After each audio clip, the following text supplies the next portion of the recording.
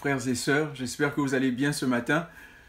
Donc voilà, allez tout simplement commencer avec le message que le Seigneur m'a mis à cœur de partager avec vous ce matin. Et vraiment, comme le dit ce chant, la Roi des cieux descend.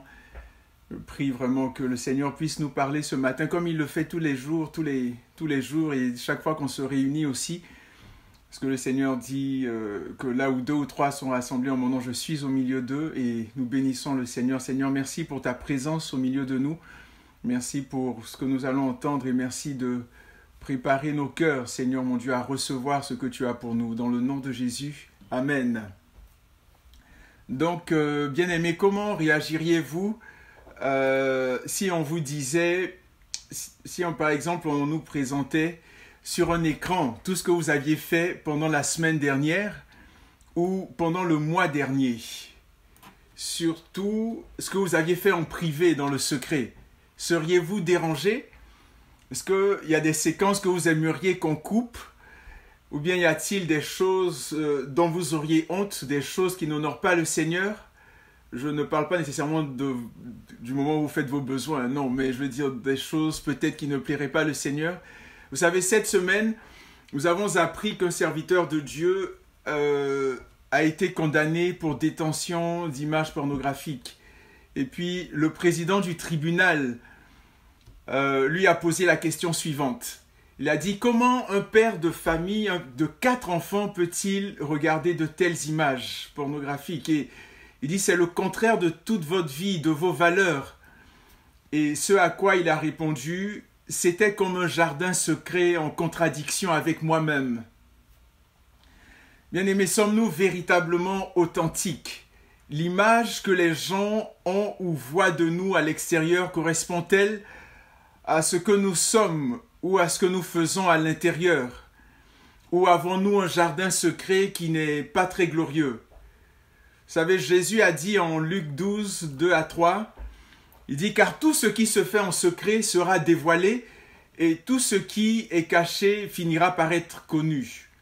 Ainsi, tout ce que vous aurez dit en secret sera entendu ouvertement en plein jour, et tout ce que vous aurez chuchoté dans le creux de l'oreille, derrière des portes bien closes, sera crié du haut des toits en terrasse. » Donc le titre de notre message aujourd'hui, je vais juste partager mon écran.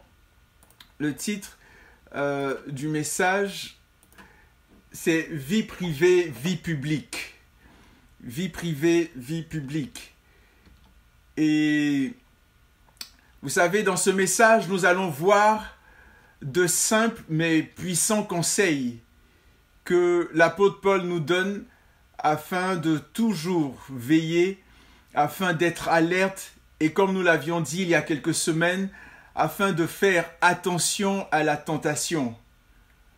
Donc ça c'est dans notre vie privée et tout cela pour glorifier notre Seigneur et notre Sauveur, notre Seigneur Jésus-Christ pour être une source de bénédiction pour les personnes à l'extérieur, donc dans notre vie publique. Donc prenons ensemble s'il vous plaît Colossiens 4 du verset 2 au verset 6. Colossiens 4 verset 2 au verset 6. Là vous voyez bien la diapositive, hein, c'est ça? La diapo que vous voyez rien d'autre? Oui, on voit juste la diapo. Très bien, merci mon frère. Donc Colossiens 4 du verset 2 au verset 6. Voilà. Donc ce passage que j'ai mis, je vais le lire d'abord dans la version de la Bible en français courant. En fait, elle garde beaucoup plus le sens du passage que dans la Louis II. Donc, voici ce qui est dit en français courant. « Priez avec fidélité. Demeurez vigilants par la prière adressée à Dieu avec reconnaissance. En même temps, priez aussi pour nous, afin que Dieu nous accorde une occasion favorable pour prêcher sa parole, d'annoncer le secret du Christ. En effet, c'est pour cela que je suis maintenant en prison. » Le verset 4. « Priez donc pour que je puisse parler de ce secret et le faire clairement connaître comme je le dois. Conduisez-vous avec sagesse envers les non-chrétiens en profitant de toute occasion qui se présente à vous. Que vos paroles soient toujours agréables et pleines d'intérêt. Sachez répondre à chacun de la bonne manière. Et voici le même texte, mais cette fois dans la version Parole vivante, qui est une transcription dynamique de la Bible et qui donne certains détails qu'on ne pourrait pas nécessairement remarquer. Donc dans la version Parole vivante, il est dit « Maintenez avec persévérance l'habitude de la prière. Soyez vigilants et reconnaissants en priant, afin d'être gardés vigilants. » Soyez, alertes et reconnaissants en priant, afin d'être gardés vigilants. Occupez vos veilles de la nuit à prier, à rendre grâce. Pensez aussi à nous dans votre intercession, afin que Dieu nous donne des occasions d'annoncer sa parole. Demandez que nous puissions parler ici librement du secret de son plan au sujet du Christ. C'est à cause de ce message que je suis en prison. Demandez à Dieu que je puisse proclamer et expliquer ce mystère entièrement comme il est de mon devoir de le faire. Que la sagesse chrétienne règle votre comportement envers ceux qui ne font pas partie de la famille de Dieu. Sachez trouver le bon moment pour leur parler en vous adaptant aux circonstances et en tirant parti de toutes les occasions favorables. Verset 6. Parlez-leur de la grâce de Dieu avec amour mais sans fadeur, afin de gagner leur cœur. Apprenez à répondre avec à propos et selon les besoins de chacun aux questions que l'on vous pose. Amen.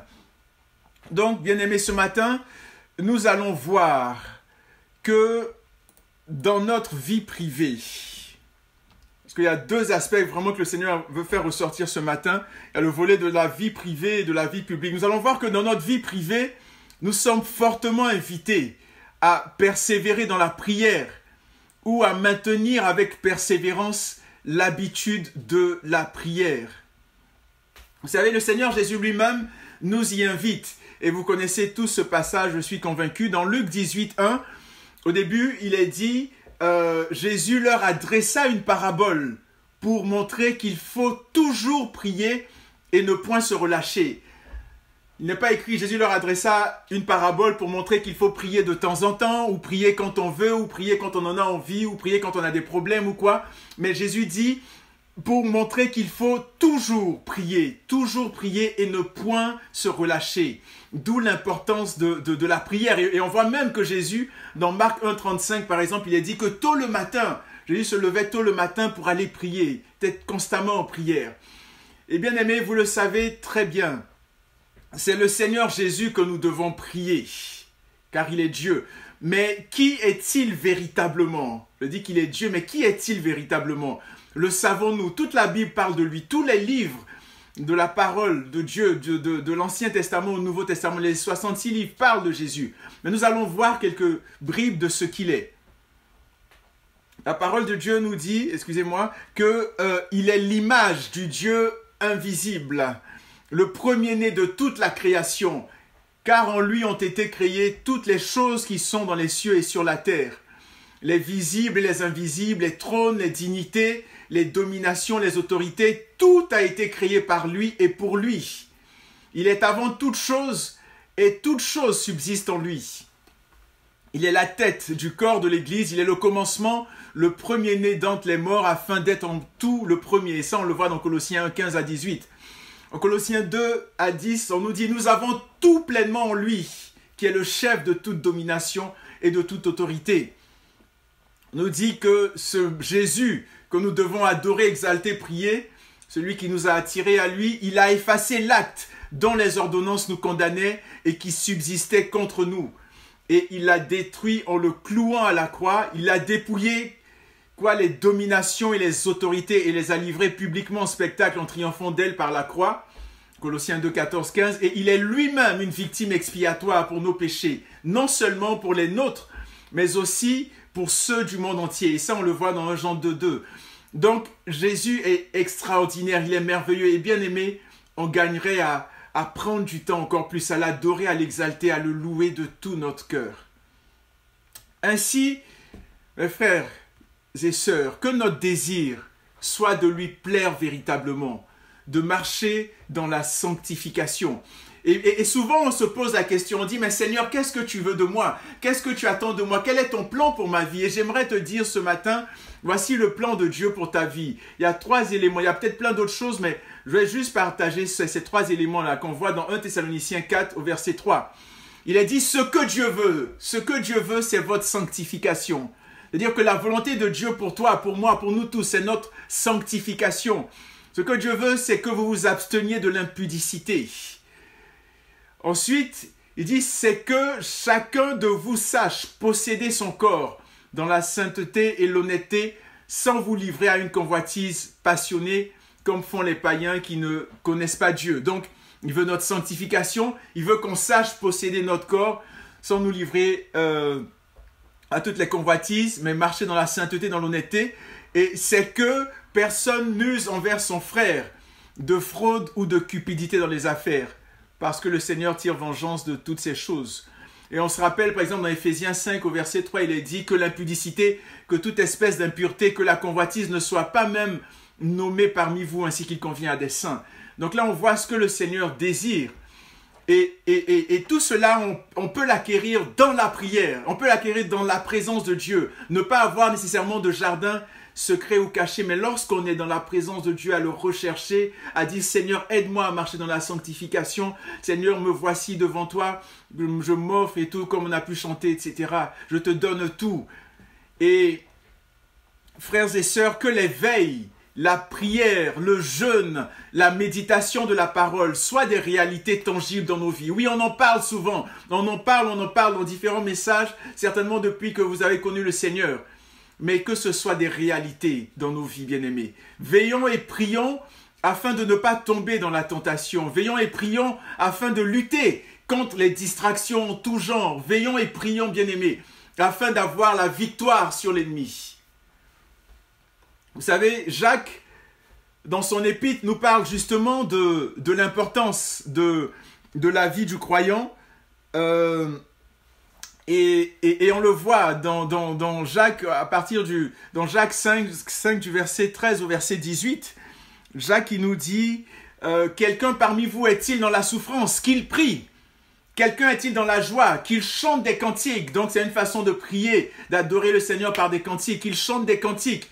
Quelqu'un parmi vous est-il malade?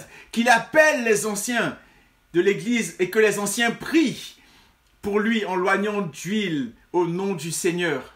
La prière, encore une fois, de la foi sauvera le malade et le Seigneur le relèvera. Et s'il a commis des péchés, il lui sera pardonné. Confessez donc vos péchés les uns aux autres et priez, encore une fois, les uns pour les autres, afin que vous soyez guéris. La prière fervente du juste a une grande efficacité. Et là, on nous parle d'Élie. Il donne un exemple, il donne les principes, et là, il donne un exemple concret, une illustration. Il dit, Élie était un homme de la même nature que nous. Comme nous. Il faisait tout comme nous. Il pria avec instance pour qu'il ne plût point et il ne tomba point de pluie sur la terre pendant 3 ans et 6 mois. Puis il pria de nouveau et le ciel donna de la pluie et la terre produisit son fruit. Et ici, bien aimé, j'aimerais juste ouvrir une petite parenthèse pour dire, souvent on reçoit des promesses de la part de Dieu. Oui, tu vas être un grand homme de Dieu, ou bien tu vas te marier, ou bien tu vas vraiment prêcher devant des foules, ou tu vas avoir une grosse maison. Peu importe la promesse, on reçoit parfois des promesses de la part de Dieu, et on est là, on attend que ces promesses-là tombent. Mais ici, on voit clairement que Dieu a parlé à Élie. On pourrait le voir aussi dans le passage dans 1 Roi, où Dieu lui a dit, il va pleuvoir, ou bien il va arrêter de pleuvoir. Dieu lui a dit ce qui allait se passer. Mais malgré cela, Élie a dû fléchir les genoux. Donc, bien aimés, ne soyons pas des personnes médiocres dans la prière ou des personnes paresseuses. Oui, ça nous arrive parfois, mais vraiment que nous puissions tirer de là une leçon et dire, même si nous recevons des prières, oui, Dieu a donné sa parole, la prière est sortie, la parole est sortie de la bouche de Dieu, mais nous aussi, nous avons une responsabilité, c'est de fléchir les genoux, comme Élie qui a prié, jusqu'à 7 fois pour que la pluie vienne. Est-ce que vous êtes avec moi? Donc, c'est vraiment important que nous puissions vraiment avoir cela à cœur. Et bien aimé, nous sommes des humains. Vous savez, cela peut arriver, et ça m'arrive aussi à tout le monde, d'être découragé, de ne plus forcément avoir envie de prière ou d'être un peu lassé. Et ça arrive à tout le monde, ça arrive à tout le monde tout à fait. Et si cela nous arrive, bien-aimés, rappelons-nous de Jésus.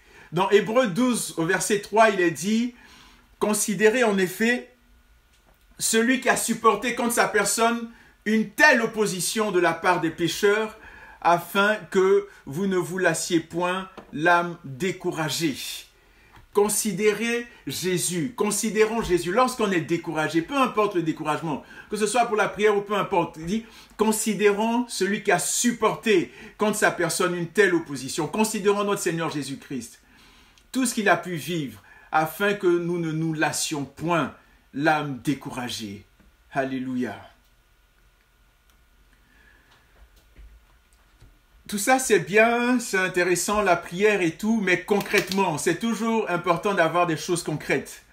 Nous allons voir que Paul nous donne des exemples concrets pour la prière. Voici un exemple que je vais montrer ici. Donc, Colossiens, tout d'abord, on voit que l'apôtre Paul partage des sujets de prière que nous pourrons aussi faire nôtres. Lorsque nous sommes dans nos temps de prière, bien-aimés, nous pourrons prendre ces passages-là aussi. Et ici, on voit l'apôtre Paul qui partage son cœur et qui dit aux Colossiens, voilà comment je prie pour vous. Et nous aussi, nous pouvons prier pour nous-mêmes comme ça ou prier pour des frères et sœurs de la même façon. Et Paul dit, en Colossiens 1, 9 à 11, il dit aussi, depuis le jour où nous l'avons appris, nous ne vous avons jamais oublié dans notre intercession. Nous demandons à Dieu que vous puissiez connaître et comprendre toujours mieux sa volonté. Et on peut dire, Seigneur, donne-moi de connaître ta volonté, fais-moi connaître ta volonté, Papa. Que le Saint-Esprit vous accorde la sagesse et le discernement spirituel. Nous lui demandons aussi que votre conduite fasse honneur au nom du Seigneur et lui plaise à tous égards, que vous réjouissiez son cœur en portant des fruits qui lui soient agréables. C'est-à-dire toutes sortes d'activités utiles, que vous fassiez des progrès dans la connaissance de Dieu. Nous prions Dieu de vous fortifier par sa puissance admirable et illimitée. Ainsi, votre persévérance et votre patience croîtront et vous serez capable d'affronter avec courage et même avec joie toutes les difficultés qui pourront se présenter sur votre route. Donc ça, c'est le cœur de l'apôtre Paul. Comment est-ce qu'il priait pour les Colossiens? Et bien aimé que nous puissions prendre ces sujets-là et prier ainsi aussi. Et l'apôtre Paul continue et il demande lui-même aux Colossiens de prier pour lui. On le voit par exemple dans le passage qu'on a lu, dans le verset 3 et 4, Colossiens 3 et 4. Là, Paul dit, priez en même temps pour nous, afin que Dieu nous ouvre une porte pour la parole, en sorte que je puisse annoncer le mystère de Christ, pour lequel je suis dans les chaînes, et le faire connaître comme je dois en parler. Et c'est un petit peu le même texte qu'on voit dans Éphésiens 5, 18, je crois, où l'apôtre Paul demande de prier pour lui. Il est en prison. Il est en prison, c'est Epaphras qui a fondé l'église de Colosse. Il est en prison, il a entendu des choses qui se passaient dans cette église-là et tout. Et il écrit pour les encourager et il est en prison et il ne demande pas de prier pour qu'il soit libéré, qu'il sorte de prison. Mais il dit, priez pour moi, pour que je puisse annoncer le mystère de Christ. Alléluia. Et je crois qu'il a pu faire cette prière-là, certainement faire cette demande, parce que dans le passage qu'on a vu auparavant dans Colossiens 1, au verset 9, il a demandé au Seigneur sa volonté. Seigneur, donne-moi ta volonté. Quelle est ta volonté pour ce moment? Quelle est ta volonté pour le temps que nous vivons en ce moment? Quelle est ta volonté pour ma famille, etc., etc. Et là, il demande maintenant la volonté véritable de Dieu. Il dit que je puisse annoncer. C'est pas nécessairement que je puisse être libéré, forcément. Mais dans les chaînes, dans les personnes qui sont autour de moi, dans les lettres que j'écris, que les cœurs soient touchés dans le nom de Jésus. Alléluia. Et finalement, Paul cite Epaphras comme l'exemple concret d'un homme de prière. Il dit dans Colossiens 4 au verset 12, il dit « Epaphras qui est des vôtres vous salue. Serviteur de Jésus-Christ, il ne cesse de combattre pour vous dans ses prières, afin que, parfait et pleinement persuadé, vous persistiez dans une entière soumission à la volonté de Dieu. » Bien-aimés, que nous soyons des combattants dans la prière, alléluia, que nous soyons des combattants, que nous aimions la présence du Seigneur, que nous puissions combattre dans nos prières. Nous avons vu il y a quelques semaines, il y a quelques mois, dans ce passage en Éphésiens 6 au verset 12, où il est dit « Car nous n'avons pas à lutter contre la chair et le sang, mais contre les dominations, contre les autorités, contre les princes de ce monde, de ténèbres, contre les esprits méchants. » Nous avons besoin de prier, bien-aimés. Nous avons besoin de prier pour notre pays, nous avons besoin de prier pour nos familles, pour notre église. Nous avons besoin de prier, prier, prier. Et voici une citation tellement percutante du serviteur de Dieu, Andrew Bronard. Je pense que j'ai peut-être déjà partagé, je ne sais pas, mais que j'aimerais vous partager sur la prière. Et cet homme a dit, « Oh frère, prie. Malgré Satan, prie. Passe des heures dans la prière. Néglige des amis plutôt que de ne pas prier. Jeûne, manque le petit déjeuner, le dîner, le souper et le sommeil aussi, plutôt que de ne pas prier. Et nous ne devons pas parler de la prière, nous devons prier dans la vraie ferveur. Le Seigneur est proche, il vient doucement, tandis que les vierges somnolent. » Bien-aimés, prions, prions, prions.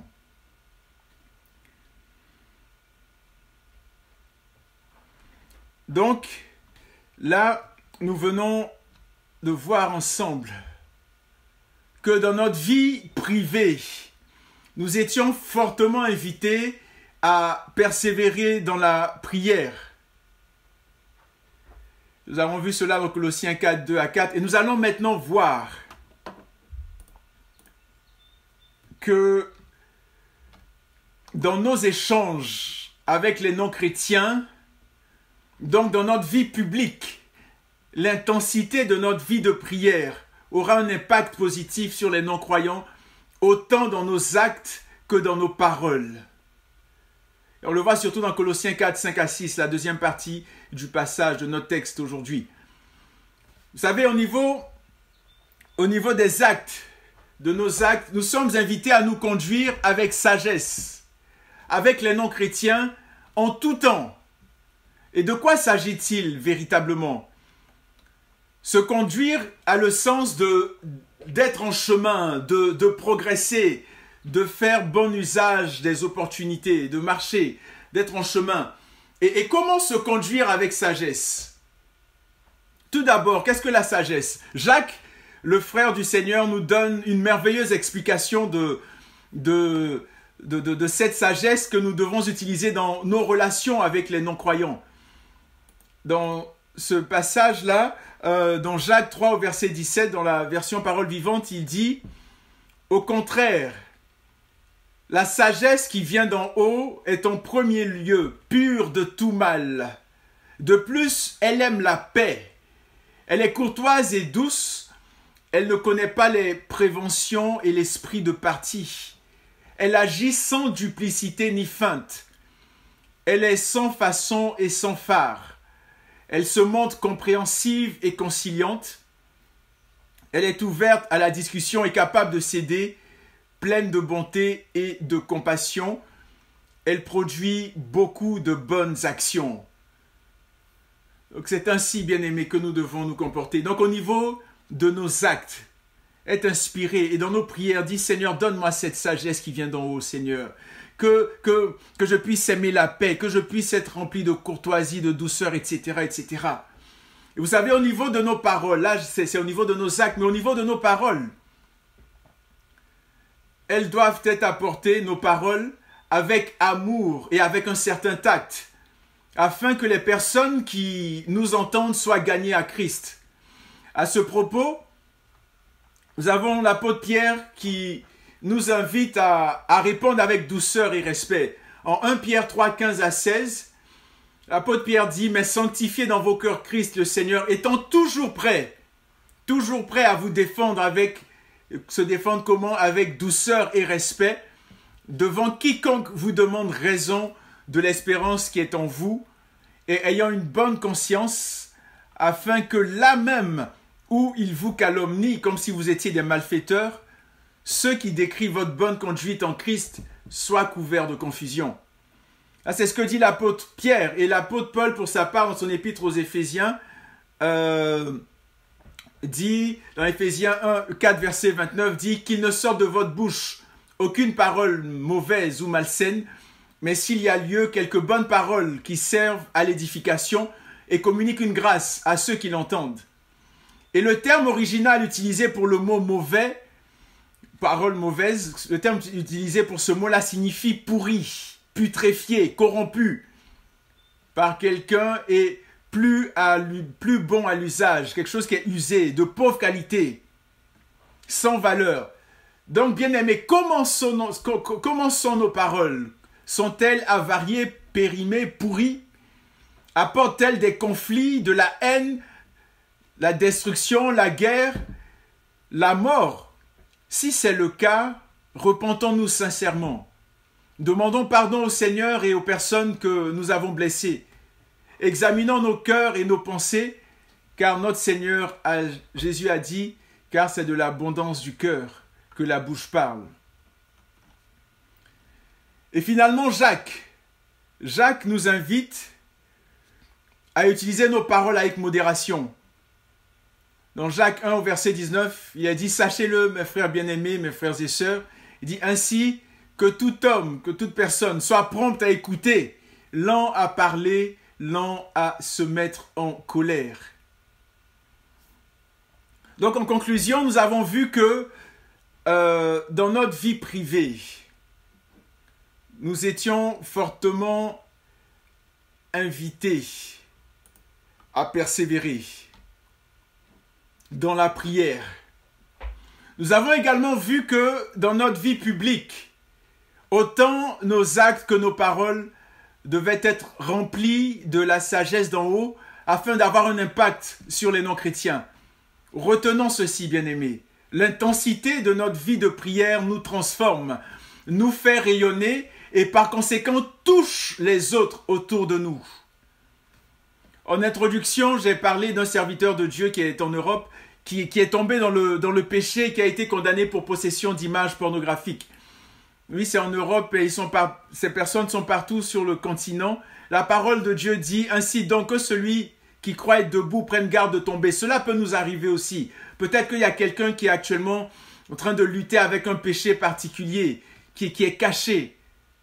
Et j'ai parlé de cela au début, mais c'est vraiment important de venir au pied du Seigneur, de peut-être parler à un frère ou à une sœur. Et la parole de Dieu nous dit donc que celui qui croit être debout prenne garde de tomber. Soyons toujours sur nos gardes, bien-aimés.